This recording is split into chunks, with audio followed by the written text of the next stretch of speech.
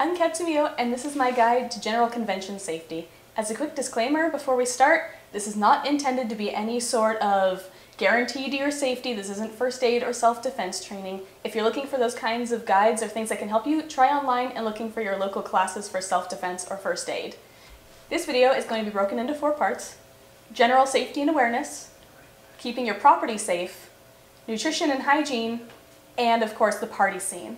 The party scene video is going to be flagged for users 18 and older, and if you're consuming alcohol, you should be, if you're in the US, 21 and older, or whichever age is applicable for where you currently live.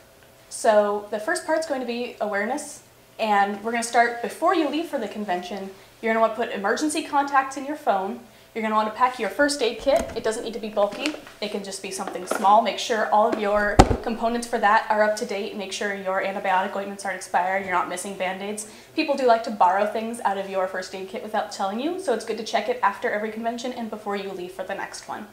Then you're also going to want to know the location of the convention center. You might want to know the location of nearby hospitals, fire stations, police stations, and where con security is going to be. You're also going to want to know the location of the lost and found so that if you lose anything, you're not stuck without it for the whole weekend and they don't have to return it to the police department when they're done.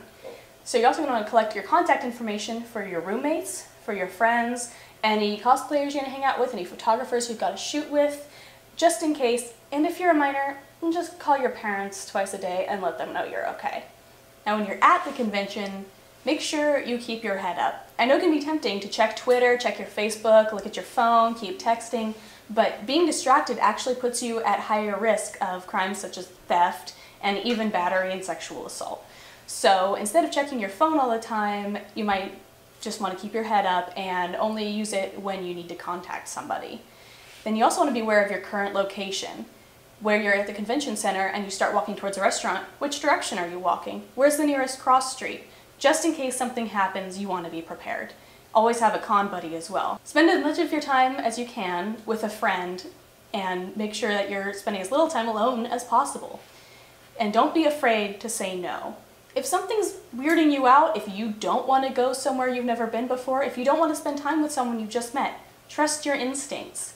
For example, my friends and I have a system where if we see each other and we think that person is uncomfortable in the situation, we walk up and ask, "Hey, did you want to go to that panel? I think we're going to be late." Then that friend has a chance to say, "Oh, no, I'm fine. I think we're going to have enough time," which means that they're in okay. Or it means, "Oh, I'm uncomfortable," and they'll say, "Yeah, we should leave. We need to go." It's great to have a system like this just so that you and your friends can kind of communicate on the down low. It helps, especially at night, to never be surrounded by complete strangers. And of course, report all criminal activity and misconduct that you see or experience to con security. So that concludes this video series on staying safe at conventions. I hope you guys have fun, and hopefully I'll see you there.